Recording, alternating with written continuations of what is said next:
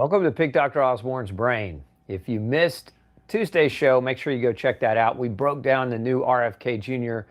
food guide pyramid, which I was super excited to do and was super excited to see. If you've got commentary on that pyramid you'd like to talk about today, we'll also entertain those questions as well. But kind of big takeaway is it's a big, big advancement in the right direction. There's always things we could pick apart about it. No food guide pyramid can be perfect for everyone because there's no such thing as a one-size-fits-all approach. You know, that being said, at the very least, it recognizes the ultra-processed food is, excuse my language, horse shit and needs to get out of the diet of Americans so that we can restore health and mental stability, because as you know, what you eat is also how you think. And if you're eating garbage, you're thinking like garbage. And that creates mental illness and disease. And it's one of the reasons why we're in the big mess that we're in today's society. Anyway, just my little mini rant.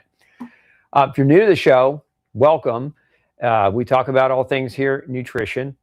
And the way that works is if you have a question, go ahead and type that into your feed, and I'll do my best to get that question answered in the next hour and a half or so.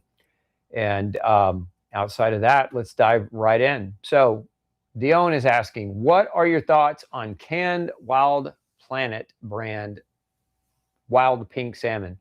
It says sustainably caught, and I remember you saying that that was not good. What recommendations do you have for a trusted canned salmon?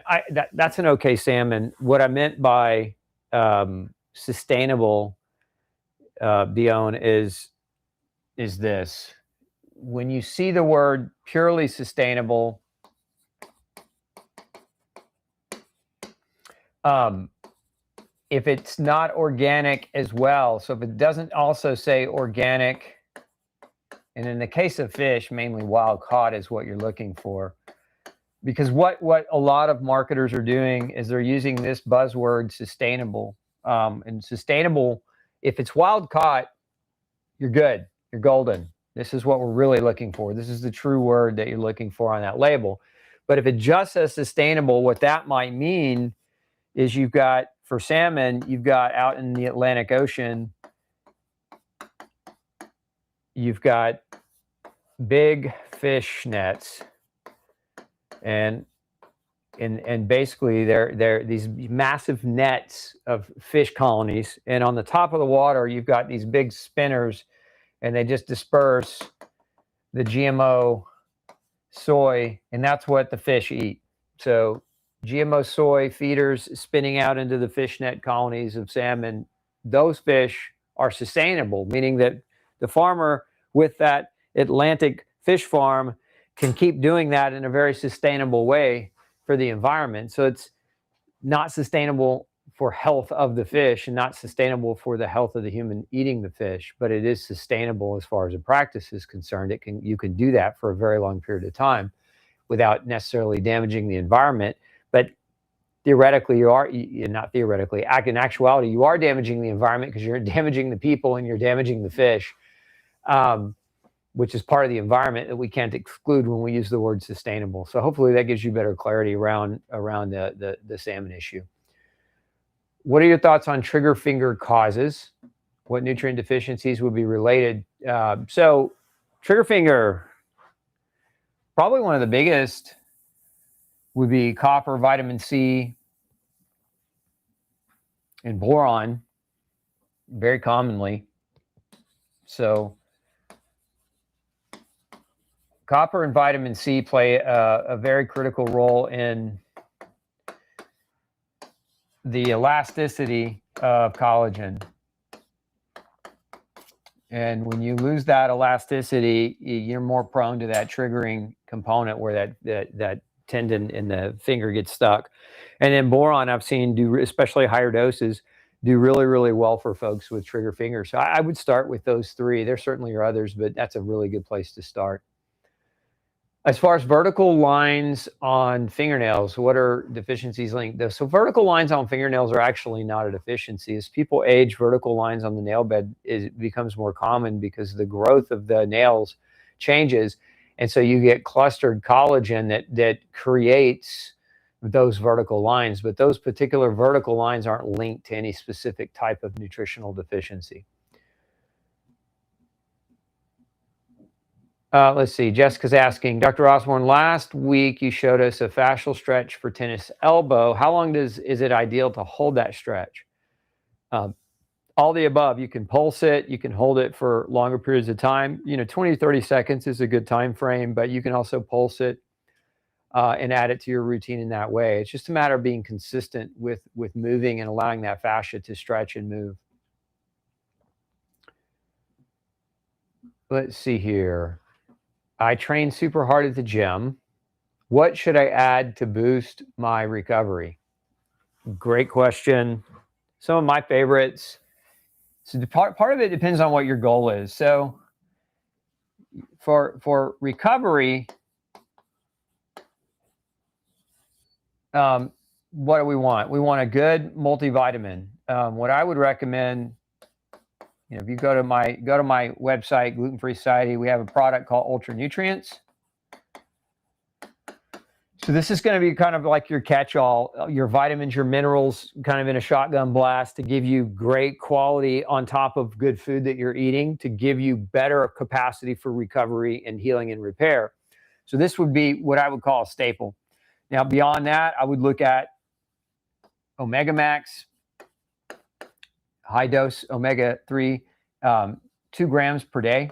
So if I'm going to give you doses of my products, but Omega Max would be 2 capsules a day. Ultra Nutrients would be 4 capsules a day. So you take 2 with one meal, 2 with another.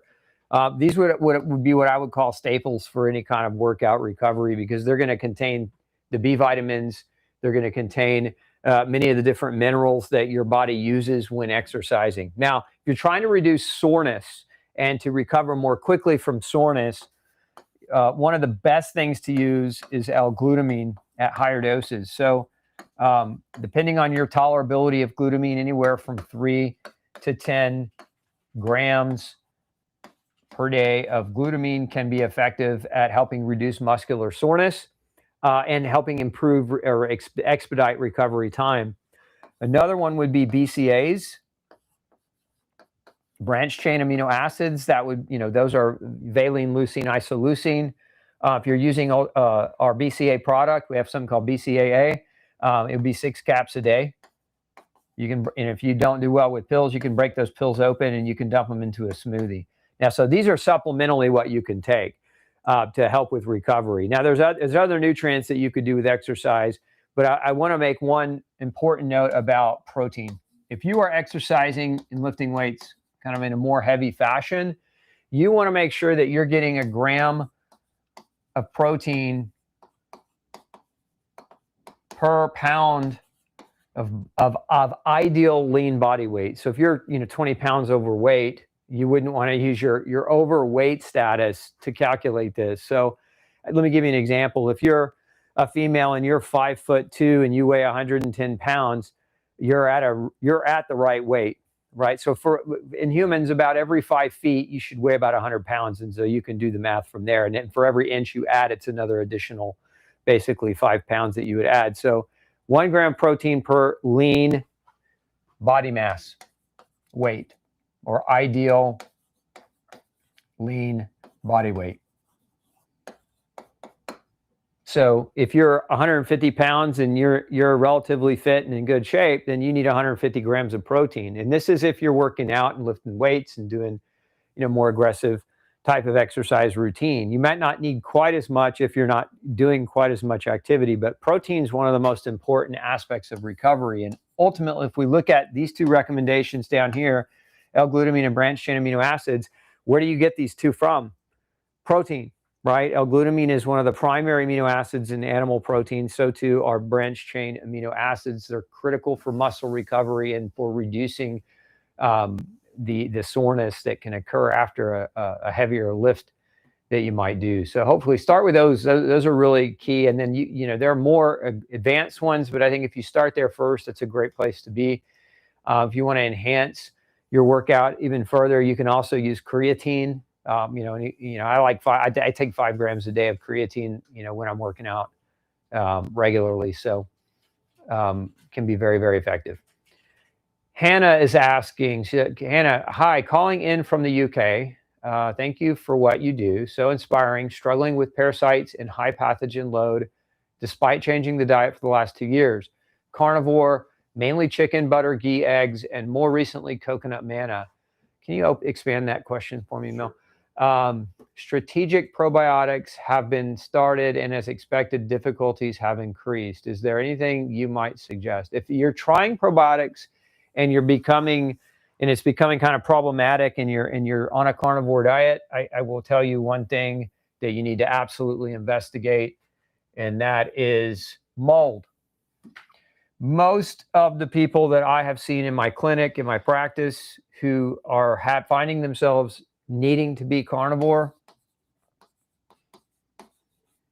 and again, I can't make the 100% determination of everybody in a generalized fashion, but I'm just sharing my clinical experience. People who are carnivore are in mold. This is my experience 100% of the time. Now, I don't see every case of mold, but again, I'm sharing you my experience. So if you haven't investigated whether or not you might have environmental mold problems, do so. In the UK, which is very wet, very humid, a lot of rain, I see a lot of people in my clinic from the UK actually that are in mold. I had one gentleman one time, I literally had mushrooms growing out behind the toilet because there was a water problem in his bathroom. But a lot of carnivores do not tolerate traditional probiotics. So if you've tried probiotics and it's making you more gassy, more bloated, more uncomfortable, having histamine problems, then, probably not a good idea, at least at this point. Now, one type of probiotic that we make at Gluten-Free Society, specifically it's for this community, people that don't tolerate kind of regular probiotics, is a product called Biotic Force. And we can put that up for you. But Biotic Force is a spore-based probiotic, and it generally is very well tolerated by people who are in moldy environments and trying to get probiotics being on a carnivore diet. So hopefully that gives you some degree of clarity. Christina says, I'm not sure about dairy products and red meat at the top of the pyramid because they cause poor pH, acidity in the body, and cholesterol. What's your opinion? Great commentary. I think a lot of people are over concerned about acidity. There's a lot going on the internet where, especially in the kind of, and this is no offense to those of you that might be vegan or vegetarian. There's a right diet that's unique for everybody, but as a general rule of thumb, increasing meat consumption does not increase systemic acidity. That's a myth. And we've tested it. We've tested pH. I've tested pH in every person that walks through the door, whether they're on a carnivore diet or a vegan diet. And we do not see the trend of increasing dietary animal protein and increasing acidity. Now, where you will see some increase in acidity is in the saliva, but you're not going to see increased acidity in the actual bloodstream, the pH itself. You're going to stay kind of in the 7.5 range in that bloodstream. So as far as dairy, the same thing is true. Increase dairy also, we would say, is the same thing is true. Does not increase acidity. So I think there's an oversimplification of this online, and a lot of people say, well, meat is an acidic food and dairy is an acidic food, therefore it must increase acidity. But it doesn't work that way. Your body has a very tight regulatory control over pH. And we've just not seen these things hold true. I've actually seen vegetarians who had increased acidity, not necessarily even because they were vegetarian, but because they were vegetarian in an unhealthy way, if that makes sense. I think part of it depends on the quality of the type of dairy that you're consuming and the quality of the type of meat that you're consuming. I think we've demonized meat for far too long. Meat's not unhealthy. It does not increase disease as far as we can tell. Now, the biggest argument around meat, gosh, we could talk for hours about this stuff, is this substance right here called TMAO, which is a byproduct of the breakdown of meat in the intestine. And there are some people out there spouting that it increases the risk of certain kinds of cancer. These studies are done on animal petri dish type things. They're not done in humans. And so there's no real human evidence that eating meat causes cancer. It's all been speculated to cross into humans. And we don't see, as a matter of fact, when many long-term studies have been done on diets, we don't see that eating meat increases the risk of cancer at all. It's the kind of meat. So it goes back to this right here, quality, right? So if you're eating a bunch of processed lunch meats with high nitrates as preservatives, yeah, you're going to increase this, and you're going to probably increase this as well. But the same could be true if you're eating a bunch of ultra highly processed grain-based foods on a vegetarian diet. We're also going to get similar types of increased risk problems. So it boils down to the quality. If the quality of your meat is there, if you're grass-fed, if you're grass-finished, if you're wild-caught, if you're free-range organic, same thing with your dairy. Humans naturally need A2 dairy. Most of the cow herds in the U.S., this is also true in Europe, are actually A1. If you've never heard about A2 or A1 dairy, go watch some of my videos on the topic, and I'll break down the differences. But very shortly, A2 casein is designed for human digestion. A1 casein is not, and actually has been shown to stimulate or trigger immune response, which can lead to autoimmunity or autoimmune diseases. So A2 dairy, and it should be grass-fed, and the cows shouldn't be just pinned up and being fed a bunch of GMO corn with glyphosate to make that milk, because that milk quality is going to be of a poor source. So I think if it depends on the quantity, or not the quantity, but of the quality of what you're consuming, more than just, kind of trying to put those two food groups into a bad category, so to speak. As far as cholesterol is concerned, that's another really long topic of conversation. But I would just simply say this about cholesterol. If you're worried about cholesterol, you're worried about the wrong thing. In 20 years from now, doctors are going to be looking back, and they're going to be saying, I can't believe that we ever demonized cholesterol. I can't believe we ever used that as a target to try to fight disease. Those doctors, I remember when I was a kid watching Star Trek, and Dr. Bones, Bones, if those of you understand or watch Star Trek when you were kids too, he used to say about the doctors in the past. He used to, I can't remember what was the exact word that he used. Mel, I don't know if you're a Trekkie, but do you remember what I'm talking about?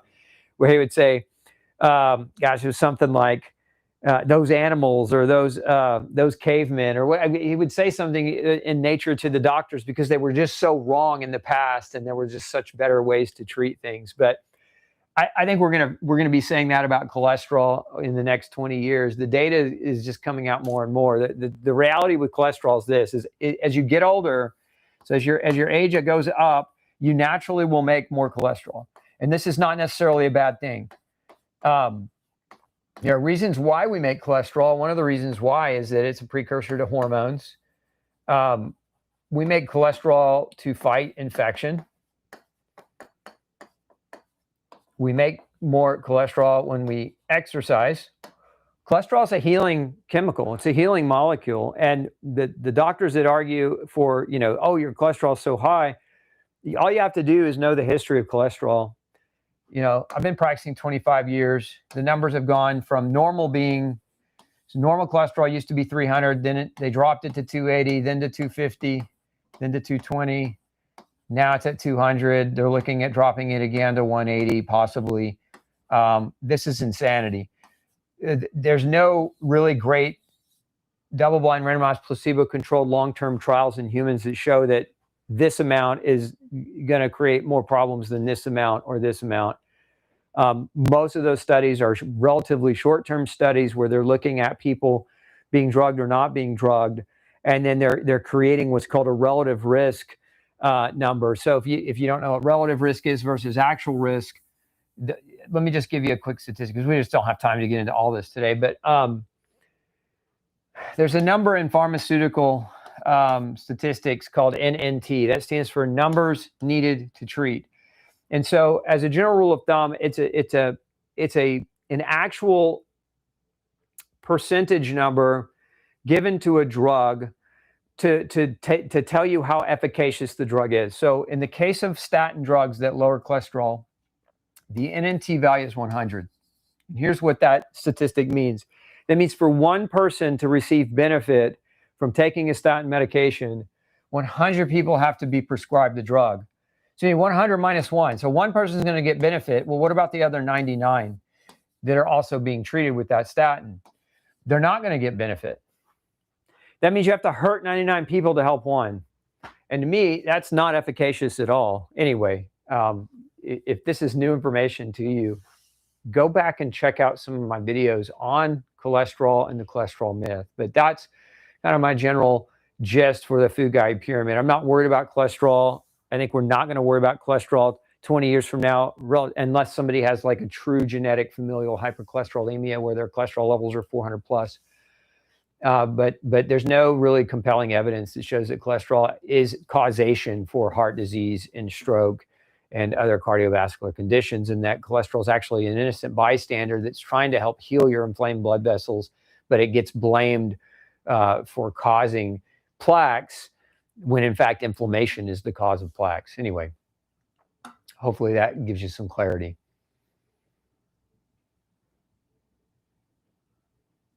Let's see here. Let's see. What are your thoughts on probiotics on the carnivore diet? I think I kind of just answered that, Beth. I hope I hope you were paying attention with that last question on carnivore. Best way to gain weight with pancreatic cancer weight loss. So if you've got pancreatic cancer, so part of it just depends on whether or not you're going through treatment. Are you on the chemotherapy? Are you going it alone without any kind of mainstream cancer treatment?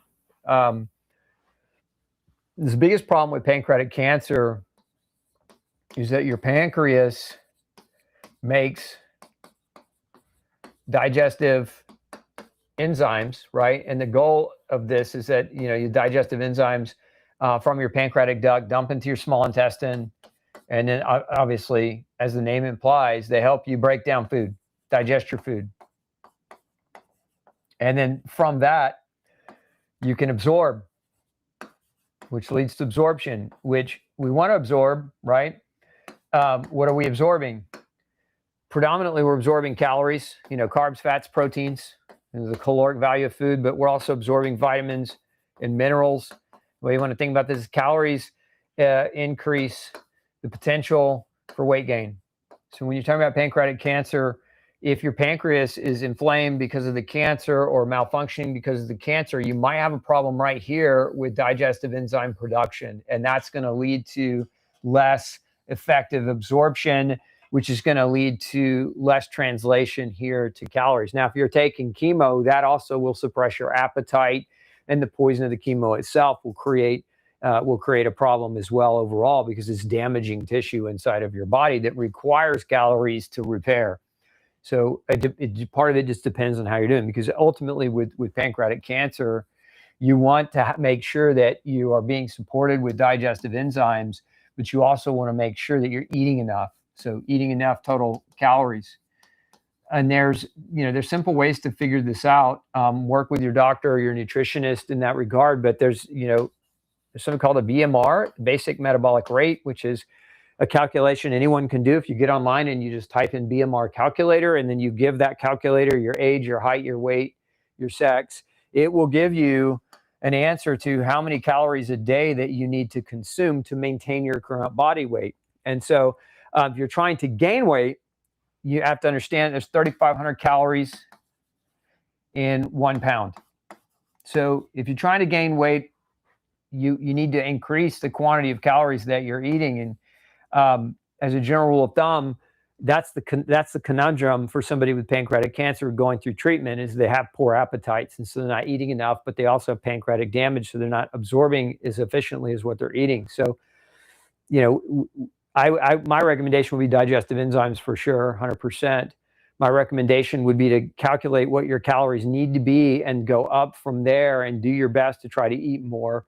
But make sure that the quality of the food that you're eating, if we're talking about cancer, is very, very low carbohydrate, higher in fat and higher in protein. There's some pretty good evidence that kind of lower carbohydrate diets are more effective at helping to starve cancer. One of the theories behind cancer is the actual theory that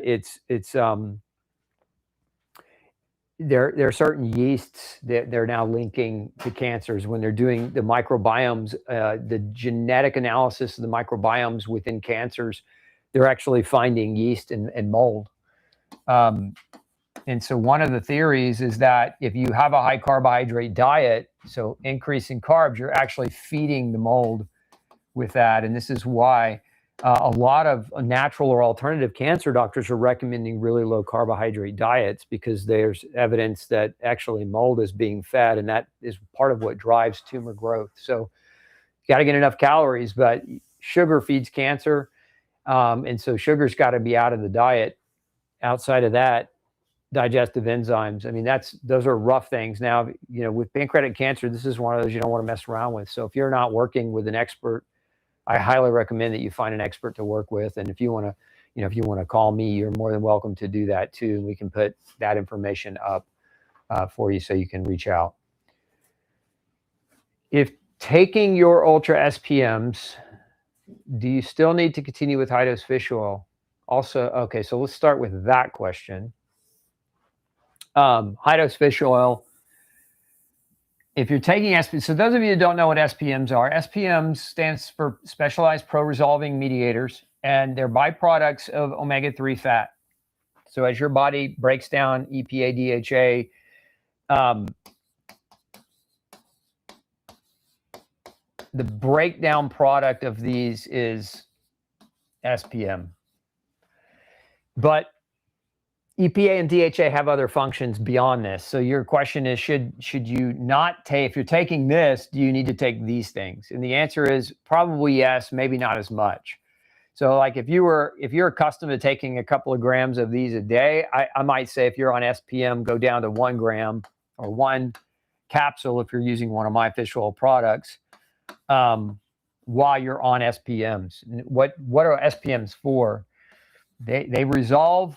They help the body. They shut off inflammation. So they resolve inflammation. That's why they're called Specialized Pro-Resolving mediators. So they resolve inflammation. So if you're a chronically inflamed, where I would really like to use SPMs is somebody's had a chronic injury that just won't go away. Maybe they've had a strain or sprain and the injury's just, they've had rehab, maybe they've had PT and other forms of care, and it's just not going away. This can be very, very effective. Other cases would be somebody with like chronic autoimmune inflammation where medicines aren't working for them. Nothing really else is working for them. A lot of times we find this works extremely well in these cases where they have chronic inflammation. Another scenario where I like to use SPMs is people coming out of mold. So if you've been exposed to chronic mold and it made you really sick, one of the things I put, people that come to see me, I put them directly on SPMs when we're getting out of the mold, because we're trying to resolve that chronic inflammatory response that's so common in people with mold. So hopefully that gives you a little bit more info about SPM versus fish oil. Check out my crash course on SPMs as well. Urena on TikTok. What can I take for high liver enzymes? Great question. So high liver enzymes, depends on what's causing them. If you don't drink alcohol, which is one of the most common causes of elevated liver enzymes, great. So number 1 would be no alcohol. Number 2 would be reduce your carbs to 1/3 or less of your total calories, because carbohydrate excess will cause non-alcoholic fatty liver. We see, especially if the carbs are in the form of fructose. Then finish writing over here. So no alcohol, cutting the carbs back. Outside of, so these are just strategies. Now, what we also see, those of you maybe new to the show, probably the quickest, easiest thing that any of you can do is follow this diet right here. If you're not familiar with no grain, no pain, get familiar with it. Generally when people have complex problems, maybe they're not ready to go see a doctor yet, and they're just trying to figure out and navigate diet. Starting here is like fundamental starting point. Speaking of which, like I got these comments in today. I thought I would just share them for those of you watching. So this was from a gentleman by the name of Bobby reading No Grain, No Pain.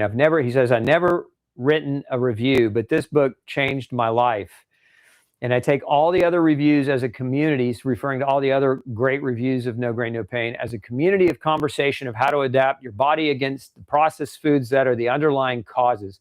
I literally have better vision, and that was an enlightenment to my life because of simply cutting out gluten and going straight grass-fed meats and farm shares and natural food. A must read. Thanks, Doc. I'm from your hometown in Texas and follow you on YouTube. Keep crushing it with the connection of nutrition and medical sides of perspective. Then we have this other commentary from another book reader. So this book was a game changer for me. I was diagnosed with Hashimoto's thyroiditis in 2016. I always felt tired with brain fog, indigestion, and many other symptoms. Reading this book, as well as integrating all the knowledge and advice from Dr. Osborne, helped me to reverse my condition completely. Reverse, not improve, reverse. Now, this is this person's testimonial. So if you haven't started with No Grain, No Pain, we just see so many. I mean, we get hundreds and hundreds of letters and testimonials coming in every week on just doing this, just following it. And I've seen cases of fatty liver completely go away just with the diet alone. So you can cut out alcohol, you can reduce your carbs and fructose, you can get the gluten and the grains out of your diet. If you're asking about what kinds of supplements are supportive for the liver health, my favorite formula, if you're just talking about a broad spectrum liver support, is a product called Ultra Liver Detox. And you can find that at Gluten Free Society, but it's a mixture of different herbs and nutrients that help the liver do detoxification properly. So check that out as well. Janet's asking about the NAD, the NAD shots. So NAD, and I think NAD is fine. As a supplement, it's good. I mean, I carry an NAD called Graceful Aging because NAD helps to basically carry electrons to the area in your mitochondria where you make energy, or ATP. So that's kind of the function of NAD, if you will. NAD picks up hydrogen, and with that, electrons, and delivers those to the electron transport chain in your ATP, or not in your ATP, in your mitochondria, to generate ATP, which is energy, right? ATP equals energy. So NAD is helpful. It's a molecule your body makes or produces from niacin, which is what? Vitamin B3. A lot of people are jumping on this NAD for they call it anti-aging and all that. And there's actually some doctors even have written books about NAD. And that's not to say it's not a very important molecule, but I don't think that supplementing NAD translates to 10 years of longevity or greater lifespan, and injecting it either. I don't think that either one of those things, I haven't seen that to hold out, at least clinically speaking, in an experiential world. That's not to say it might not have been beneficial for a person. There are reasons why it might be helpful. Obviously, making more energy and feeling better might be one of those reasons a person might have had an experience with NAD. But I'm not a fan of injectables. If you can get it orally, your body gets nutrients from what you put in your mouth more than it does or from what you inject through your body. And when you inject things into your body, you run the risk, really honestly, of potential problems. You're bypassing your immune system to inject something directly in. And I'm a big believer in allowing your immune system and your GI tract to get first crack at whatever you put in, so that it keeps things kosher. It keeps your immune system balanced. It keeps things that belong in the body, and it helps you excrete the waste and the things that don't belong. And so going through orally is always the best, in my opinion. Now, there are indications to use IV nutrients, but it's, in my experience, it's very rare that a person needs to go that route unless there's some just really, really severe GI inflammation and malnutrition, and you're trying to save somebody's life in an acute situation. Let's see here.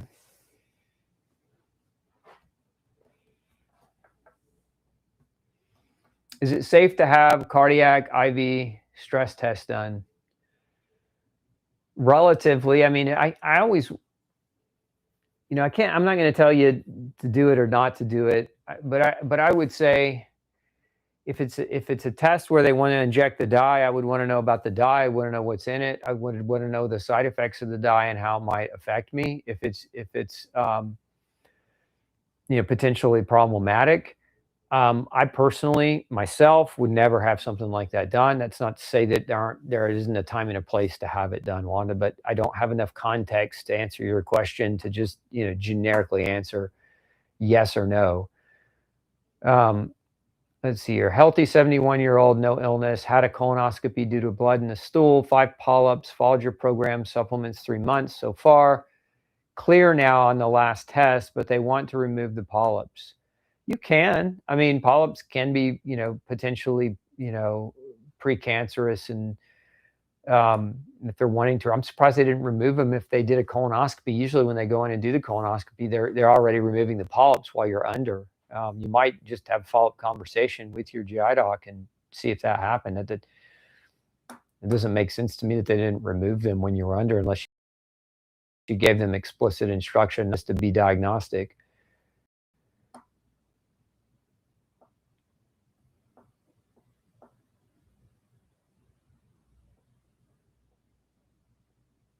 I want to know your take on colonoscopies. So yeah, Amy's asking, what's your take on colonoscopies? I have very mixed feelings about colonoscopies for several reasons. One would be trust. This is probably number one for me. I don't trust the establishment anymore. I've lost pretty much all trust after 25 years of practice and seeing what goes on, even behind the closed doors, that not always patient facing. But especially in the last number of years, this has really gone completely out the window. Some of the risks of a colonoscopy. So you could have a perforation. When you go in and your doctor's wanting you to do one of these, they usually make you sign a pretty thick packet of paper in that all the risks are listed, right? So they're basically, that's called informed consent. They're giving you this packet to say, okay, read through this, and if you're okay with all these risks, let's go get your colonoscopy done. But this is one of the big risks. One of the other things that can happen is inoculation of your bowel from the hospital environment. So what we would call a hospital-acquired infection. This happens on a regular basis. I mean, they're taking equipment and they're running it up you. And if that equipment has any type of abnormal microbes on it, you run the risk of inoculating your bowel with something. Now, what kind of microbes live in a hospital or even an outpatient environment? We have very sick people doing these tests a lot of the times. We have healthy people doing them, but also very sick people. So what if you got inoculated with C. diff and it was an accident, or Pseudomonas or Enterobacter, or some of these other gram-negative bacteria that can drive inflammatory bowel disease, and you were generally healthy, but then going through a procedure, you ended up becoming inoculated? That's another potential risk. Another potential risk that I don't like is what's the prep for the colonoscopy. So when they have you drink that drink, a lot of these preps have corn and GMO ingredient in them, and so in essence, what a lot of people are doing is to clean themselves out. They're actually driving inflammation in their gut by using a prep that isn't good for them. And then you're going to get a pig doctor to take a picture of it after you just potentially damaged it. So which could lead to a misdiagnosis or lead you down the wrong road. Because if they're finding inflammation, usually then they're wanting to treat it, and they're going, there's all different kinds of treatment options for inflammation of the GI tract. But if they end up diagnosing you with inflammatory bowel, it's mixture of steroids and other medications that come with their fair share of side effects. But at the end of the day, there are times to do a colonoscopy, and I would say, what are those times? If you have persistent blood, mucus, severe diarrhea that won't go away, severe pain in your intestine, those may be good indications for you to take these risks. It's not, again, it's not all downside. There's some potential answers you could get here. However, I would say this: if you're coming from this camp here and you have these things, do this. Because by the time you're going to be able to get into your GI doctor anyway, most waiting lists are a good month or longer. You just follow the diet for 30 days. If this stuff starts going away, now you can reevaluate whether or not you want to do or take these risks for these other things. So hopefully that gives you at least a little bit of context and clarity around, the way I see it. Me personally, I'll never do one. Even if these things are true, I'll still never do one. I have enough knowledge, I think, for myself to make my own decisions about it, but not everyone does. And so anyway, hopefully that helps you out. What would be the cause for yellowish, greasy stool? Fat malabsorption. If you got yellow stools, you're malabsorbing fat, and you most likely you got some type of inflammation going on in your bowel that's driving malabsorption. Because fat, as a general rule, fat is 99% absorbed. When you have malabsorption, you get yellow stool, greasy stool. Now, what can happen to some people is they're just eating way too much fat. So, check your diet. I'll see this sometimes, not all the time, but I'll see this sometimes in people that are following keto.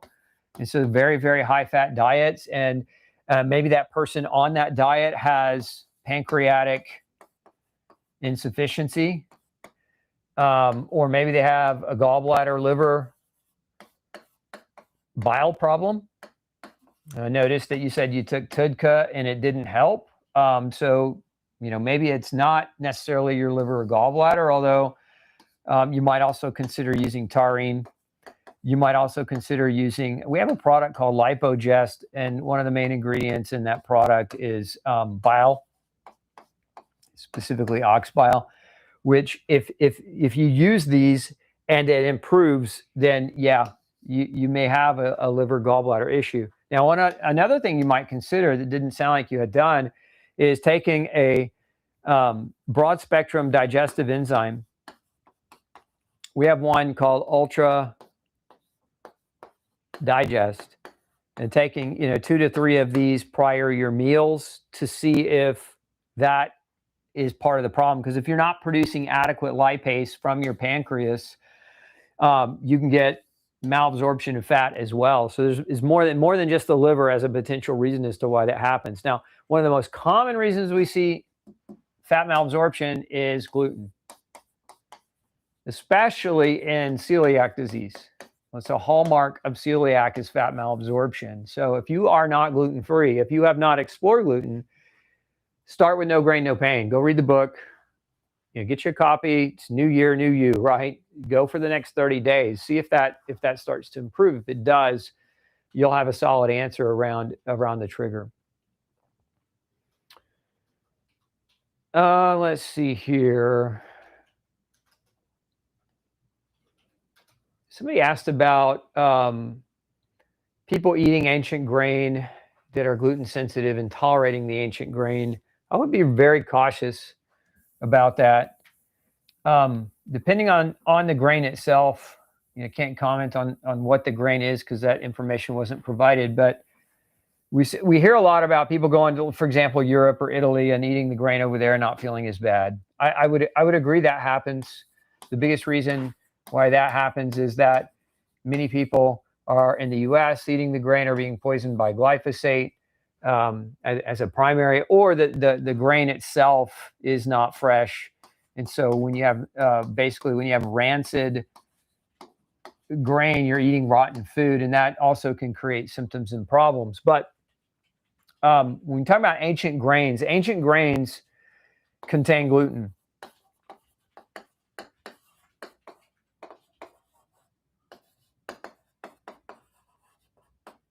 And so if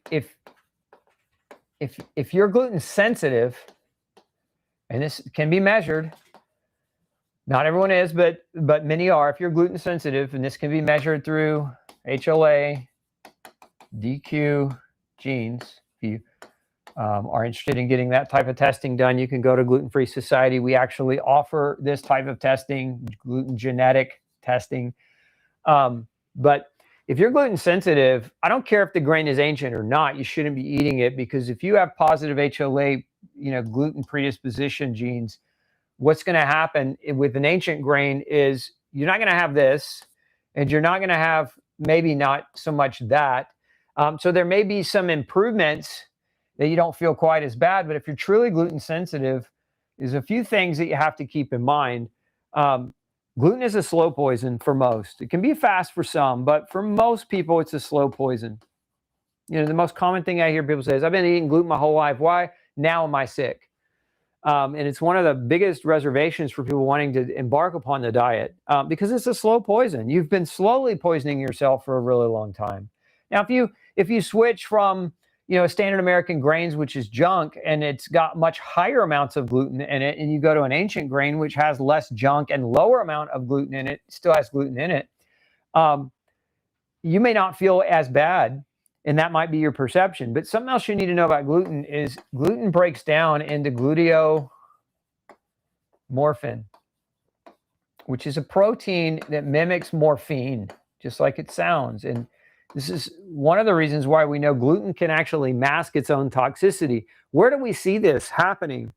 We see this happening. There's actually a medical condition called silent celiac, meaning the person's asymptomatic. The gluteomorphin is basically interacting enough with their pain receptors and nerve receptors that they're asymptomatic as a result. So the disease is progressing on, damaging their intestine, causing malabsorption. They don't feel it. Just similar to the way you don't always feel high blood pressure unless it gets really, really bad. But what happens with this scenario is that if you let this progress and you continue on, there's a 400% increased risk of early death, early mortality, when you consume gluten and you shouldn't. So these people that are doing that, if they truly are gluten sensitive, and I can't speak for all of them because they're not all in my clinic, and I don't know what their histories are. But if they're truly gluten sensitive, I don't recommend that they go with that ancient grain. For the reality that gluten can mask its own toxicity and create a silent reaction that increases the risk of death 400%. But also, one of the things we see is cancer. And there's 11 types of cancer that gluten can contribute to. And sometimes with silent celiac disease, the cancer diagnosis comes first, and then they find out about the silent celiac disease. So you just don't want to put yourself in that kind of risk if you're truly gluten sensitive. If you're not gluten sensitive, it may just be that eating that other grain is fine because you're not getting the glyphosate or the rancidity. But guys, keep in mind, we've had gluten. I mean, how old is gluten sensitivity? It's pre-biblical. I mean, the earliest record of gluten is pre-biblical, so of gluten reactions. And so a lot of people think that it's just the modern times that has created this problem, and it's not. It's been around for a very long time. And if we're just talking about celiac disease, it affects 1% of the population, which doesn't sound like a lot. That's a very large number when you do the math on the total population. And some speculate it's much higher, even as high as 13%. And if we're talking about non-celiac gluten sensitivity, we're definitely talking about 13 to 40% is the estimation. So anyway, I hope that gives you some clarity around these ancient grains and what people are pushing right now.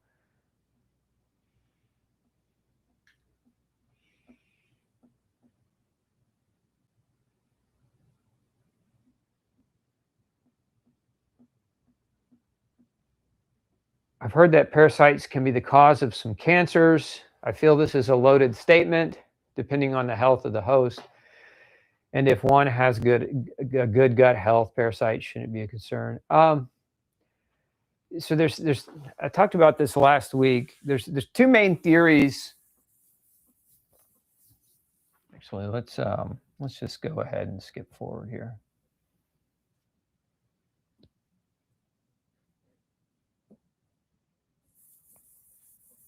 So when we talk about cancer, there's two theories. There's the infectious theory. And then there's the oxidative theory. And so infectious would be certainly a parasite. You could have a parasite, bacteria,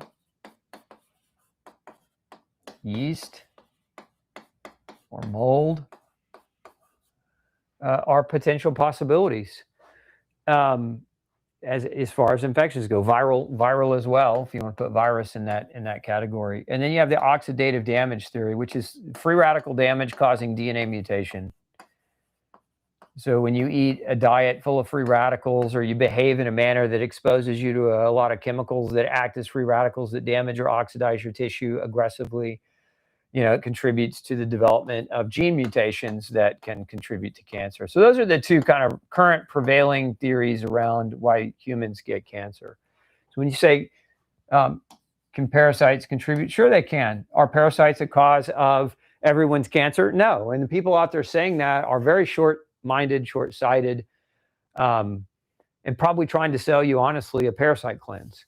It's not to say there's not good information out there on parasites and cancer. It just simply don't, you can't make statements that every cancer is caused by parasites. It's just not possible. We don't have the data to support that statement. 14-year-old great nephew, tube-fed oral food, aversion and nonverbal. Any suggestion for special nutrition groups or doctors? He is having trouble with constipation. His diet is traditionally prescribed. Not really. I would say look up. Yeah, you gotta get with probably a good medical doctor that's functionally trained, who has hospital affiliation if he's being tube-fed. Because you've got to get somebody with some good logic and sense in there in charge of what they're putting in the tube. Otherwise, they're just feeding him crap. And the problems that he's having aren't really going to improve with bad nutrition.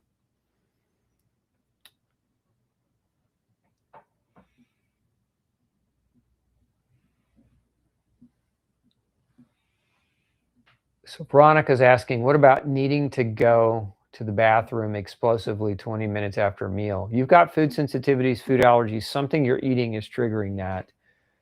And you need to, Veronica, consider getting tested. You can go to Gluten Free Society, and we do offer testing for both gluten and other food sensitivities, and that probably would be a pretty good place for you to start.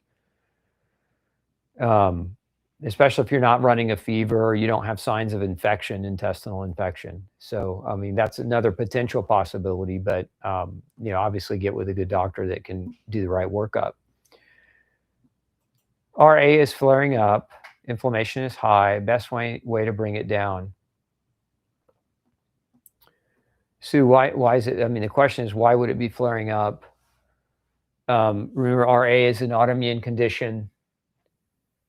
And autoimmune disease has triggers. What are the triggers of autoimmune disease?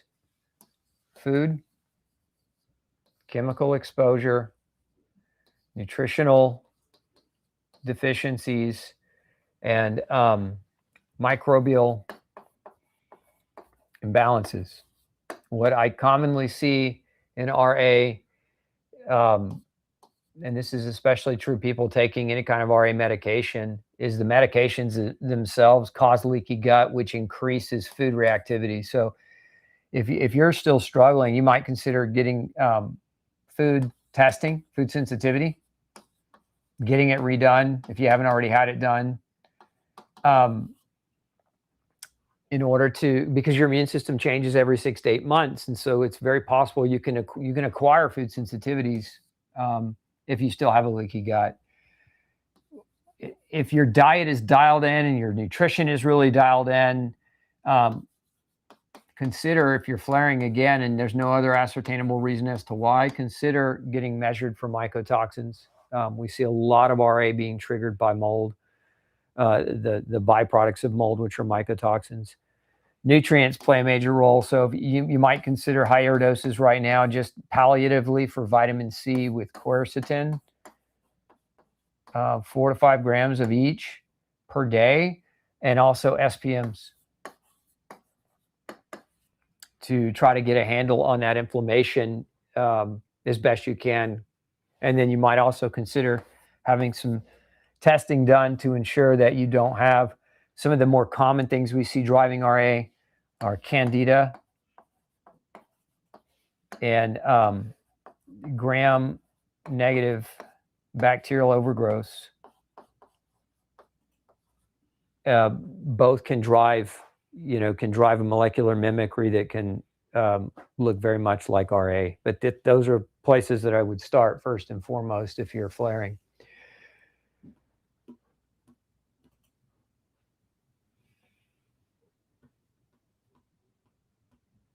Yeah, especially if your heart rate and your blood pressure shot up at night, that generally means something in your environment is stimulating your sympathetic nervous system to spike when it should be calming down. And in my experience, the number one thing we see doing that is mold.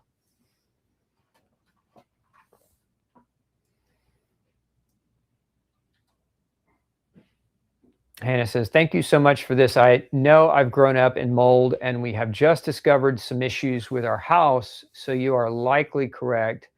Might this also be why I have issues with rectal bleeding and anemia? Yes and yes. Mold exposure can cause anemias, white cell anemias, red cell anemias, and it can cause GI inflammation. So rectal bleeding is not out of the question.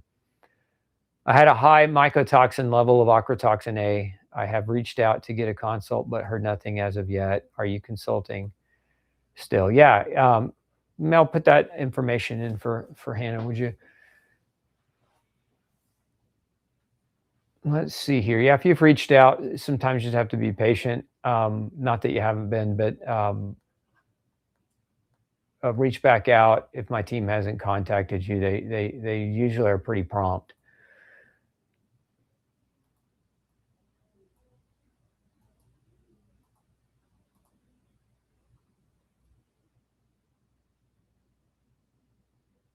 Lyme disease with increasing tingling, tinnitus. What labs would you suggest? And nutrition. Are you sure it's Lyme? Have you had Lyme testing done, or is it a Lyme assumption? I get too many people in my office that are Lyme assumed, but not really ever accurately tested. So, I mean, that would be my first question. As far as what labs, when we're talking about Lyme, first of all, make sure you're right about Lyme, but I would run labs that measure these 4 categories: food, chemicals, nutrient deficiencies, and microbial imbalances. Hands down, those 4 categories need to be measured because those are all potential triggers into what you're experiencing, especially the neurological components.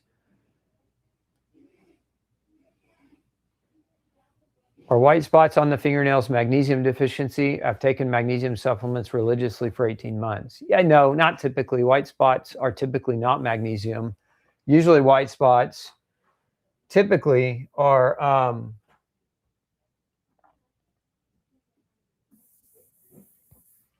so white spots on the nails.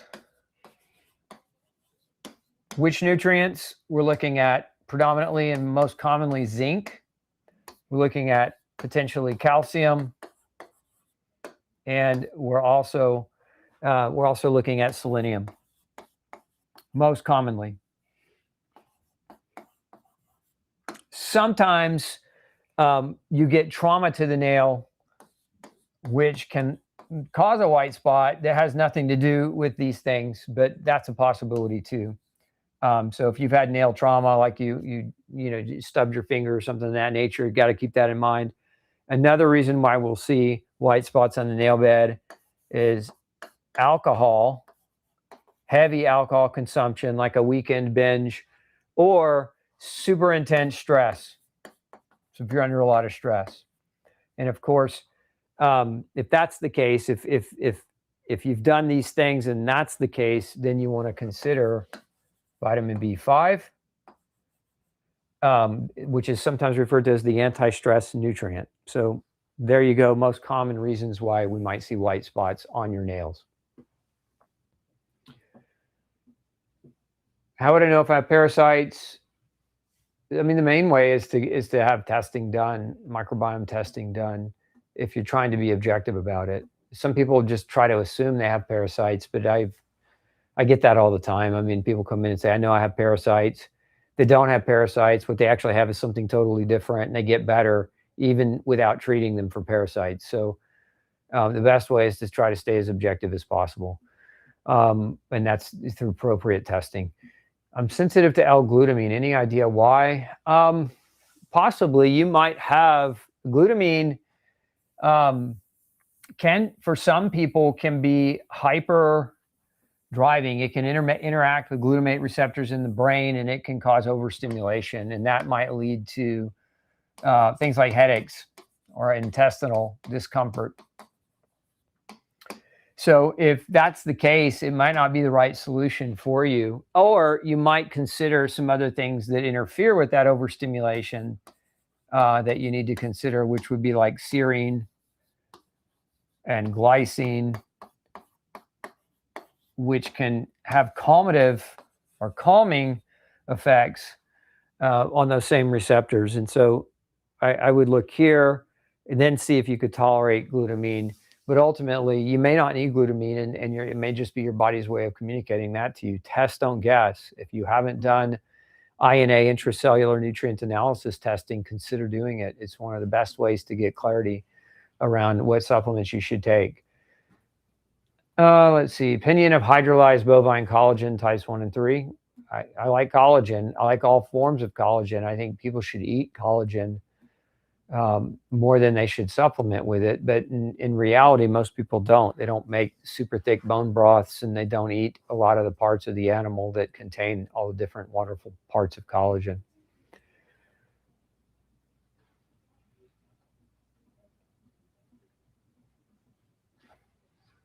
Let's see here. Dr. Osborne, do you have any recommendations for correcting an enlarged prostate, gluten-free for 1 year, but do drink 3 cups of coffee a day and dip snuff? I mean, stop dipping snuff as best you can, as soon as you can.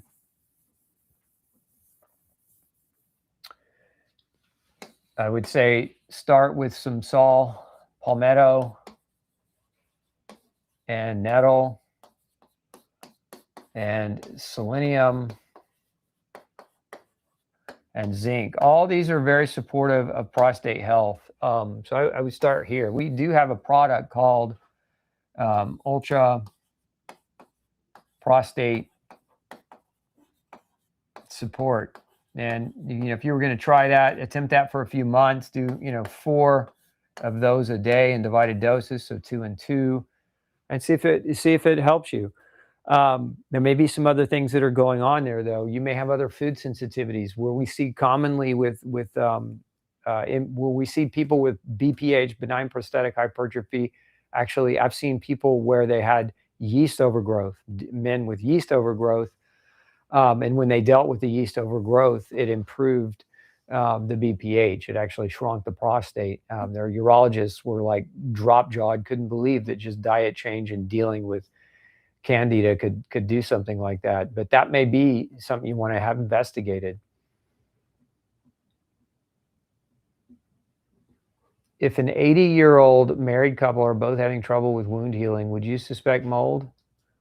I might. I'd have a lot more questions to ask. I mean, I don't think, at 80 years old, there's a lot of things to consider, because most 80-year-olds don't eat very well and don't exercise as much and have limited capacity for eating. As they've aged, they've eaten less, and so they're probably not getting enough protein. And there's just a lot of variables there that could reduce the capacity for them to heal. And so I just need a more in detail kind of line of questioning. Is flaxseed a grain? No, it is not.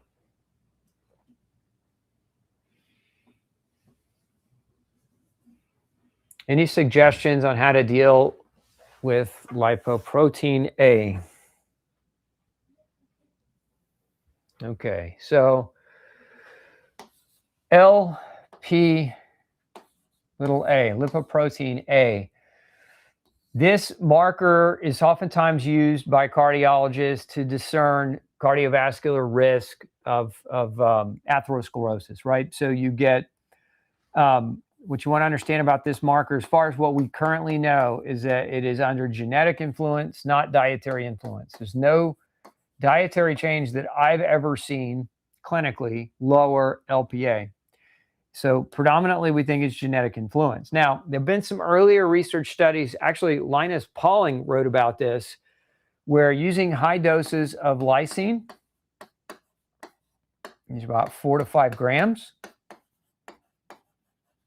with high doses of vitamin C, same dose, combined, reduces lipoprotein little a.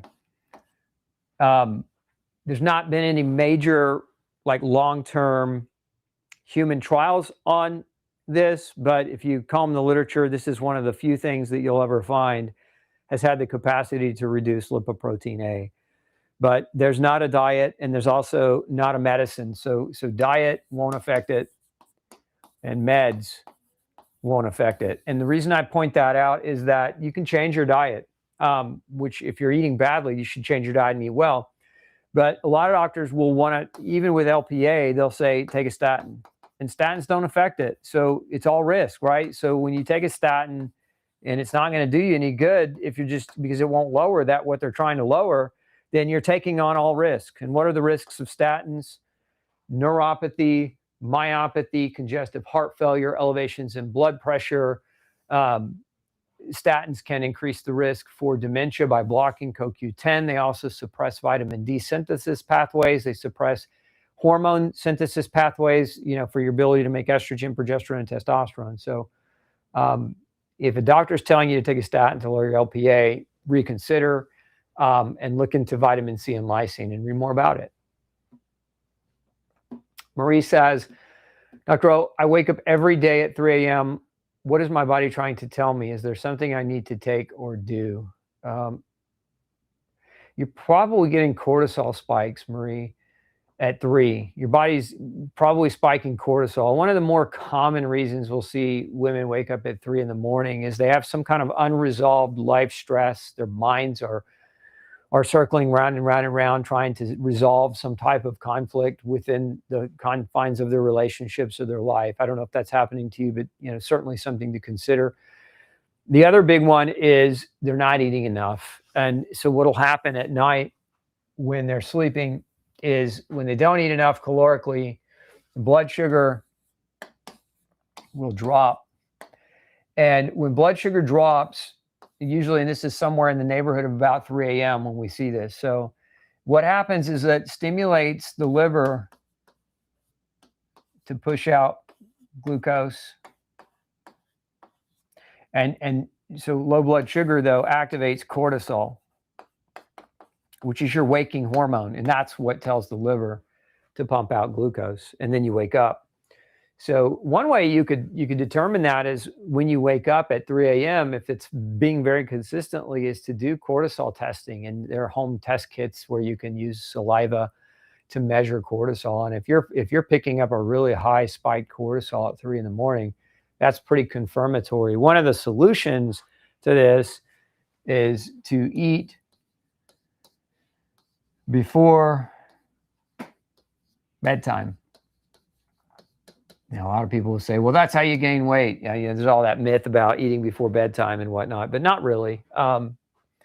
Eat when you're hungry, but you might consider eating a little later in the evening or eating before bedtime, even if it's just something small, a little bit of carbohydrate to give you some blood sugar stabilization through the night, and see if that doesn't help. And if it does, great, you've got a solution. Beyond that, there's a lot of other potential more complicated reasons why, but I would start there first.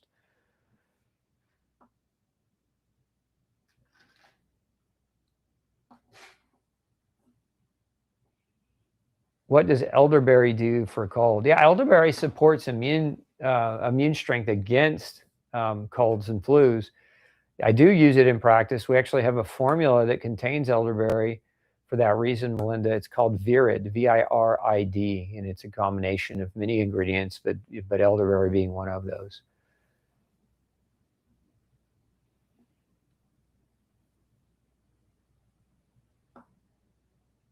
How can a person increase protein digestion? Okay, so how do we improve protein digestion? Remember that protein predominantly is digested in your stomach. And so acid is the main mechanism for this. So the acid actually begins breaking down the protein, and then your stomach also produces an enzyme, a couple different enzymes, pepsin, pepsinogen, that also help to start degrading protein. And so many people have, problems here because either they're not making enough stomach acid, or they have pre-existing stomach damage where the chief cells that are designed to make the enzymes that break protein down are not working efficiently, and so they have a problem there. So two things that you can do, just really low hanging to support protein digestion. Number one is take an acid supplement. We have something called ultra acid, which is a mixture of betaine hydrochloride, gentian, and some other things that will actually enhance or help support putting that acid down, and will help support that breakdown. Number two would be using proteolytic enzymes. And proteolytic enzyme, proteo means protein, lytic means to cut, right? So protein cutting, proteolytic enzymes break down protein. And so you can take these orally as well. We have a product called Ultra Digest that's rich in proteolytic enzymes that can help support that. So I would start with these two things first to try to improve your protein digestion. The other thing you have to consider is if you're on any kind of medications that affect your stomach. And so probably some of the more common ones, the top two, I would argue, one would be any kind of antacid. So if you're taking Protonix or Prilosec or Nexium, or even just general antacids that buffer the pH in the stomach, like Pepto-Bismol, etc., these things are going to block acid, and so they're going to cause protein digestion problems. The other medicine that we see most commonly that will affect this is antihistamine.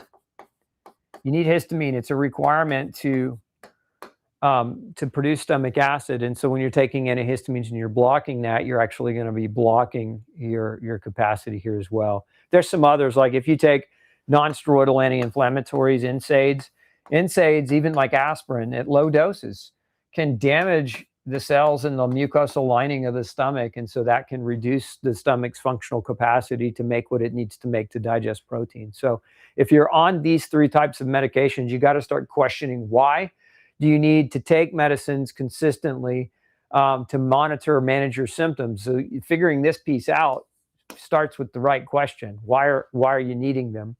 And then coming over here for support. So you can start here, then start asking these types of questions. But those are some of the biggest reasons why people have trouble digesting protein. And so if you're one of them, consider starting with those.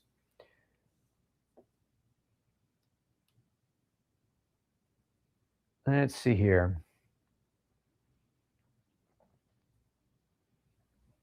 My husband has diverticulitis. He was told to avoid beef by his doctor because it's hard to digest. It can stay in the large intestine too long. Is that true? No. Oh, the problem fundamentally with medical doctors, and this isn't all of them, so I'm going to make a broad generalization here, but it's a true one, is that when we look at the research that investigates how much nutrition gets taught in medical school, on average, it's less than 7 hours. Look, by comparison, in my graduate training, I had, I want to say close to 450, 500 hours of training compared to 7. And that's just in school. That's not postgraduate education. And that's certainly not clinical experience. But when you have doctors that don't even take nutrition seriously, giving nutritional recommendations, that's where a big part of the problem occurs. This is part of why we're in the boat we've been in for so many years with nutrition recommendations in this country, is you got a bunch of doctors who have carte blanche diagnostic, meaning they have this broad scope of practice where they can pretty much say and do whatever they want. Nobody challenges it because everybody has the perception that they're experts. But when you start asking, okay, well, what makes you an expert in clinical nutrition? They don't have any expertise because there's no clinical nutrition that's taught in medical school. There's virtually no internships or fellowships in clinical nutrition for medical doctors. It doesn't really exist. So how can they be an expert? So in that regard, how can you listen to their nutritional advice? But it's a completely asinine statement to say that meat is hard to digest for everyone across the board and that it contributes to diverticulitis. If anything contributes to diverticulitis, it's actually plant matter.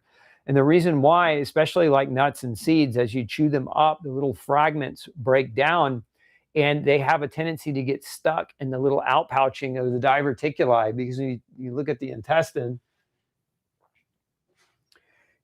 basically,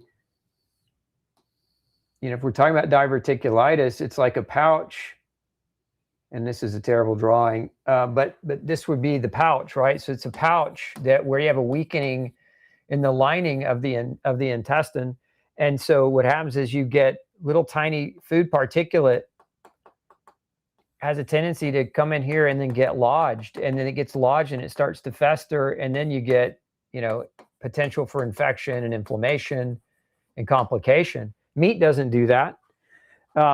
Smaller plant materials, again, nuts and seeds are, and generally speaking, even the registered dietitians know this, that people with diverticulitis get put on what's called a low residue diet. You want to learn more about that, go look it up, have your husband look it up. But meat is not part of that equation.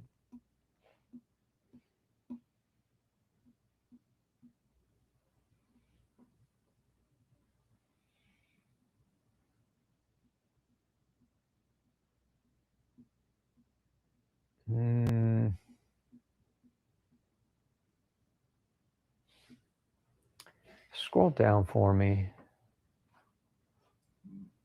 Thoughts on canned oysters for copper and zinc? It's a great source of both, but the biggest thing would be, oysters are, depending on what school of thought you come from, oysters are sometimes considered a dirtier food. They're a filter food.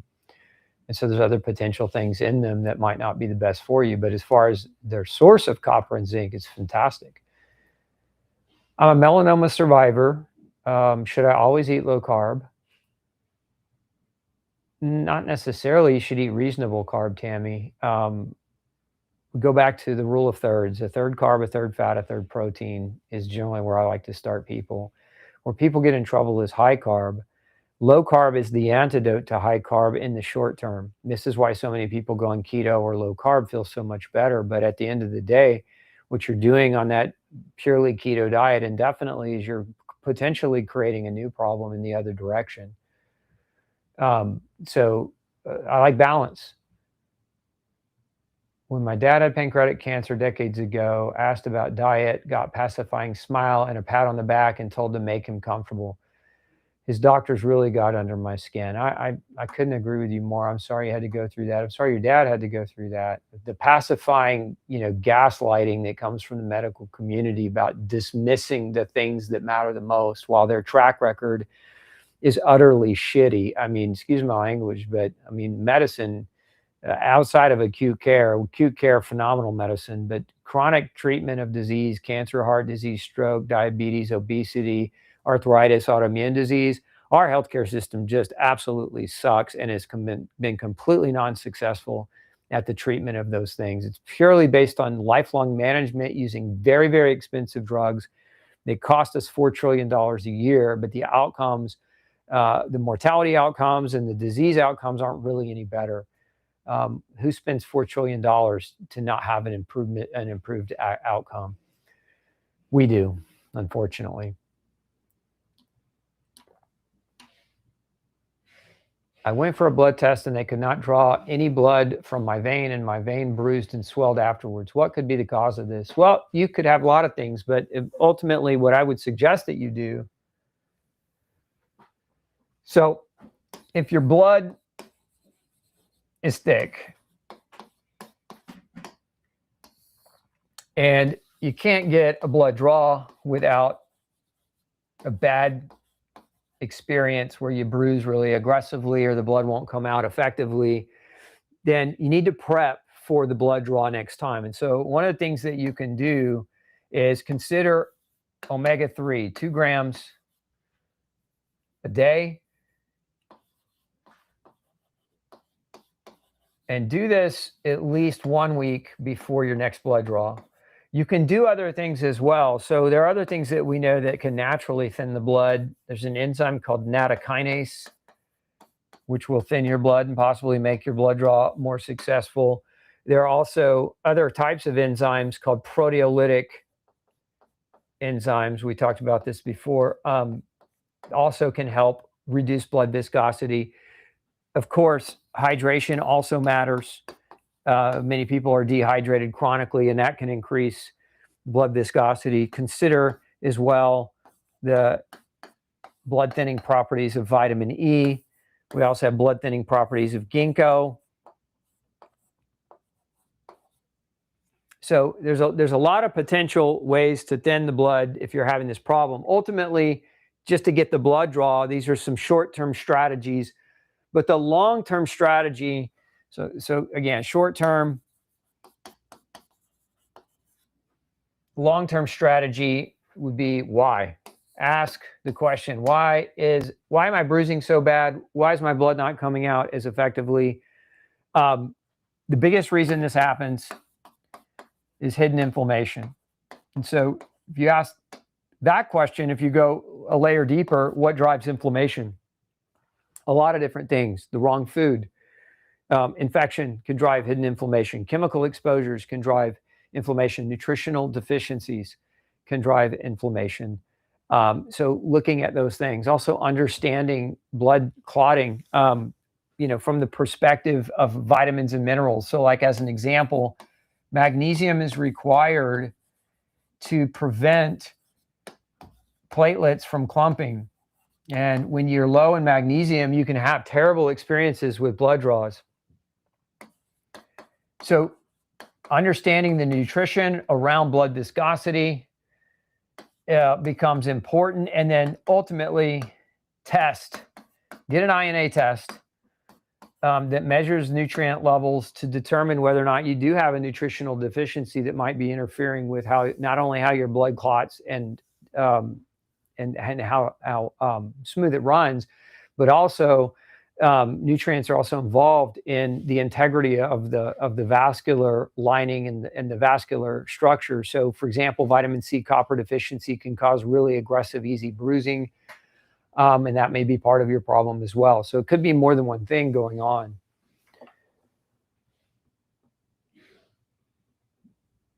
Is it okay to take N-acetylcysteine if you're taking blood pressure medicine? Yeah, as a general rule, yes. There's not really a contraindication.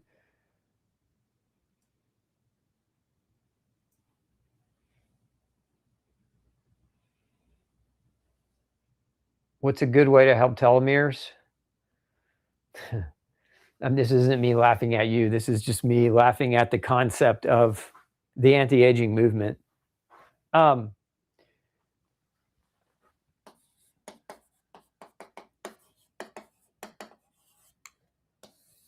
so one of the prevailing thoughts around aging, is that your age can be determined, your biological age can be determined by the length of your telomeres, which can be measured. You can go to a lab and you can have your telomere length measured. Now, if you don't know what a telomere is, think about it like this. Your DNA, which is double helix, on the ends of the DNA, you have these little, almost like the stuff that sticks off of the end of your shoestring. It's like the little hard caps that prevent your shoestring from unraveling. Well, those are called telomeres. And so, a lot of the science is pointing at the fact that the length of these telomeres is the indication for your age, for your true biological age, not your birth age, but your true biological age. And the shorter the telomeres, the older you actually are. And so the theory is that oxidation from your choices, from your environment, from other things, will shorten the length of these telomeres.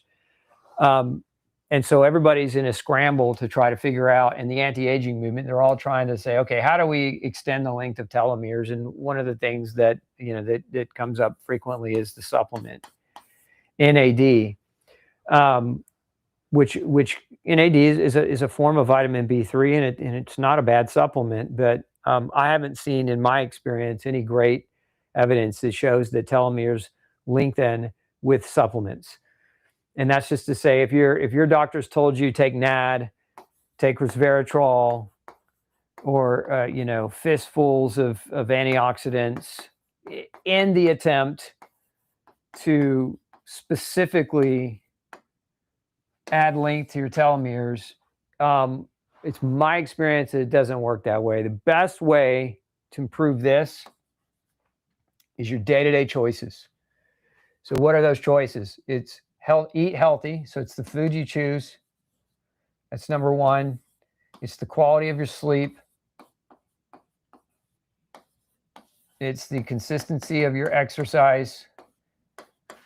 It's your exposure to light, specifically sunlight, on a regular basis. It's the quality of your water that you drink.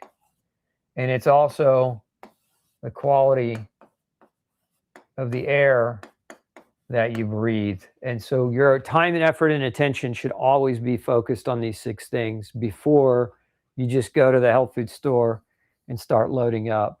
So start here first. And be honest with yourself. If you don't filter your air and your water, you probably should. In today's day and age, we're just exposed to so many chemicals. If you don't get sunlight on a regular basis, you need to add that to your schedule as a list of things that you need to prioritize. If you're not exercising, you need to put that into your schedule as if your life depends on it. And of course, sleep and the right food. Do those first. And that's the best way to improve your telomeres and to make sure that they do their best to take care of you and give you good, healthy longevity. I hate the anti-aging term, just to be honest with you. I think it's a false term. I think the better term would be graceful aging, because anti-aging implies that aging is a pathology. Some doctors would even argue that it is a pathology or a sickness. Look, humans, I don't care what your philosophy is. This is just the way I look at it. The humans are designed to be here for a generation and to be gone. We're not designed to live forever. And what would happen if we did? And could you imagine the world where people were just living forever? And what kind of a mess that would create in terms of societal structure and psychology. But we're designed to die, and we're designed to age. And with true aging and experience comes wisdom. But what we don't want to do is have an accelerated aging where we're miserable and we feel bad and we're sick all the time and we're a burden to those around us because we haven't taken care of ourselves. But if your focus is graceful aging, where you take your part and you do your part, then now You maintain your functionality as you get older, and you minimize the chances that you're going to be a burden, and minimize the chances that you're going to be miserable in how you feel in your health for your last years of your life.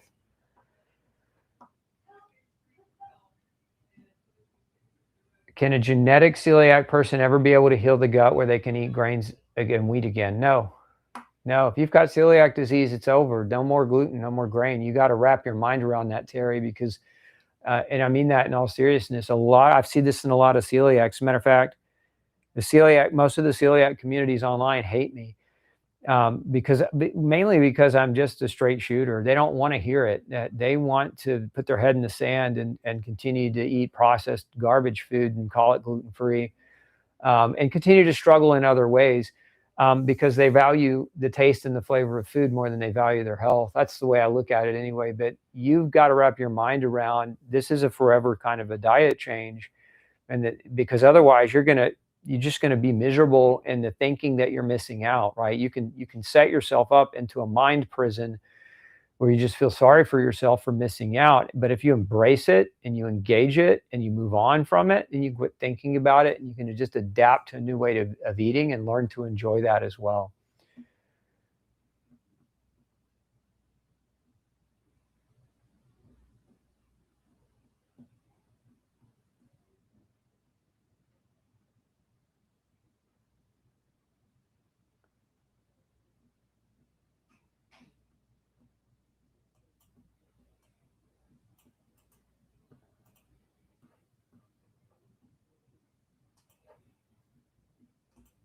Let's see here. Does stevia block progesterone? I read an article that was infertility, not worried about fertility, but if it has a negative effect, I prefer not to use it. I haven't seen that be the case, Freya, clinically. And I have a lot of patients on stevia that we measure progesterone in fairly regularly. I haven't read that research or don't know what you're referring to. I may have to go back and do a deeper dive, but I just haven't seen that be the case. Do frozen and canned fruit and vegetables have the same nutritional levels as fresh? No, they're a little different. I mean, flash freezing can preserve a lot of the nutrients. And as a general rule, most nutrients are pretty cold tolerant. Canning is a little bit different depending on how the food is canned. You can lose some nutritional density there, but I wouldn't quibble over the frozen or the canned versus the fresh. I would try to eat seasonal where seasonal is available, but frozen organic would be a second best choice, and canned would be maybe a third best choice if you want to look at it that way. A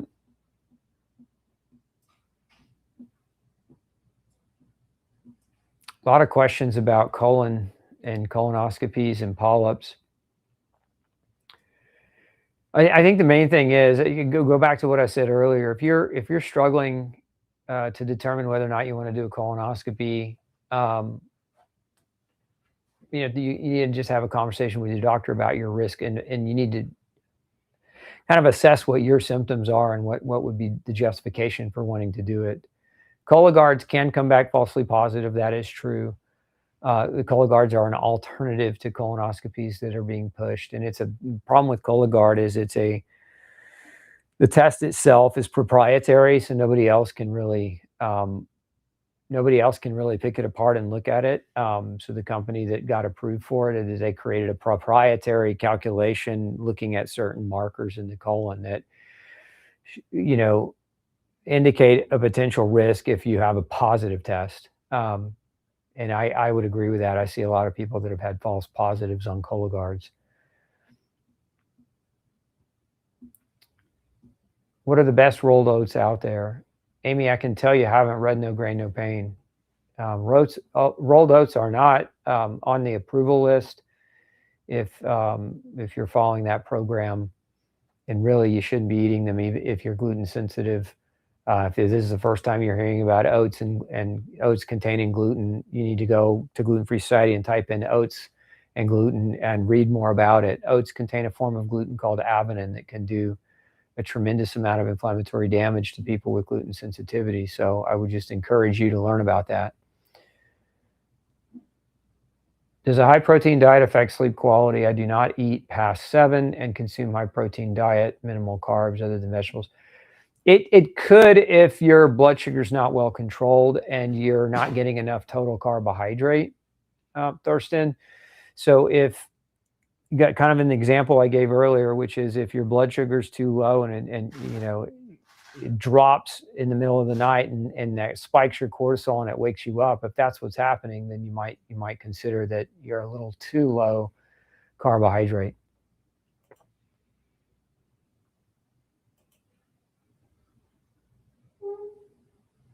Is there a cause of low progesterone and low estrogen all through the menstrual cycle? My daughter has a monitoring probe at age 27.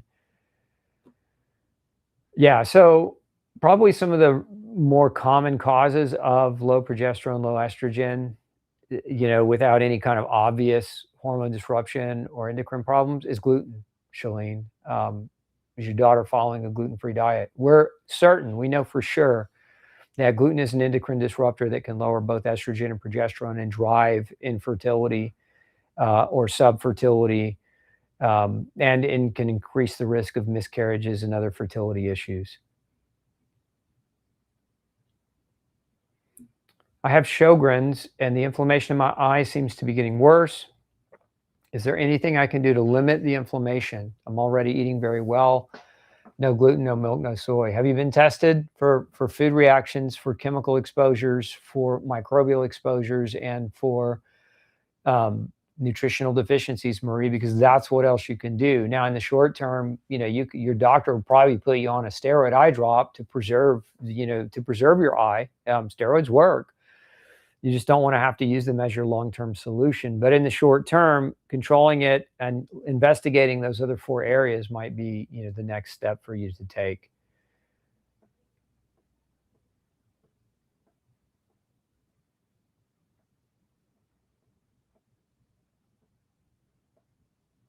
Let's see.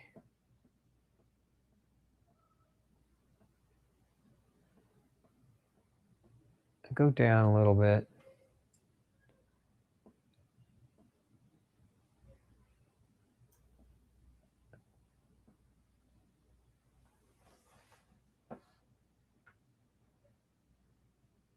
Would you say that CBD oil is good for men's health? No, I wouldn't. It's not to say CBD oil doesn't have an effect. We have cannabinoid receptors throughout our nervous system, and you know, CBD oil can interact with those receptors and create certain affects, anti-inflammatory affects. But I wouldn't say that all men, you know, for their health need to be on CBD. I don't take CBD oil. And I don't really use it. I mean, we have used it in the past. We used it initially. I tried it for, you know, in clinical practice for, probably gave it a good year and a half or so of therapy in different people for different reasons, and didn't really find that its clinical benefits were better than other things. So, you know, it's not to say that it can't be helpful in some cases, but as a general rule of thumb, I wouldn't put it at the top of my list in terms of men's health.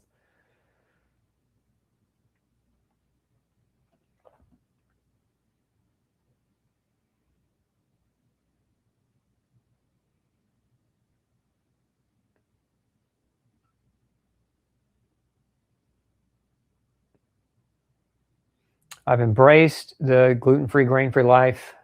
Trying to get my kids on board. When you have obvious symptoms as you age, it's easier to stay grain clean. Yeah, pain is the greatest motivator, is it not? I mean, pain brings change. And people who don't have enough pain to justify the change probably won't make it until the pain gets worse. I mean, that's what I see generally. In my practice, the average person coming to see me is usually in their 50s or older, because they've basically accumulated damage long enough that the pain of their condition is greater than their fear of change, and they're ready to take action. And that's true. So don't beat yourselves up when you're trying to convince other people who maybe haven't achieved that level of wisdom and experience, to be willing to make those changes. Like, just start planting the seeds, and hopefully those seeds will grow as they as they continue to struggle. And if their problems get bad enough, hopefully they'll have listened to you at least and seek out additional help. Okay, I think we're out of time. We've been going way longer than typical. So I want to just say thank you for tuning in today. I hope that the information that I shared with you was helpful. Look, do me a favor. If it was helpful, share it. Hit that like button below. Hit that thumbs up button. That all helps us get this word out. Our goal here is to reach 100 million. We're trying to save 100 million lives, and we can't do that without your positive reinforcement and feedback of this message. So again, if you know somebody who would benefit, share this information, invite them to the show. If you're new, welcome aboard. As I mentioned earlier, get you a copy of No Grain, No Pain. That's the first place that you really want to think about starting. And then from there, if you're continuing to struggle, you might consider working with a doctor who understands functional medicine, getting some specified tests done to really navigate the nuance of your own personal unique biochemistry to help you overcome chronic inflammation, potentially overcome autoimmune disease. You can go to glutenfreesociety.org. If you haven't been, I recommend that you go there. We have an email list, sign up for it. It's free. I'm just going to send you a bunch of wonderful free additional information on how to navigate chronic inflammation and autoimmunity with diet and lifestyle change. So if you're in for that resource, please go check that out. It's just a free service that we offer. Thanks so much for tuning in. Last thing, this week we are protein powders on sale. So if you're in the market for a high quality, pure protein powder, we have a beef broth protein powder, 100% natural, grass-fed, that tastes fantastically delicious. That if you haven't tried, you should. The coupon code for that, if you want to save some money, get $10 off, is UPP10. And that's if you buy one. If you buy 2 bottles, you'll get $25 off. And that code is UPP25. I think we've got that in the show notes and in the post for you. So if you want to get some high quality protein to add to your diet, go check that out. Thanks so much for tuning in. We'll see you next Tuesday, as always, for another nutritional crash course. And I'll be back on Thursday for a live Q&A once again. Take care.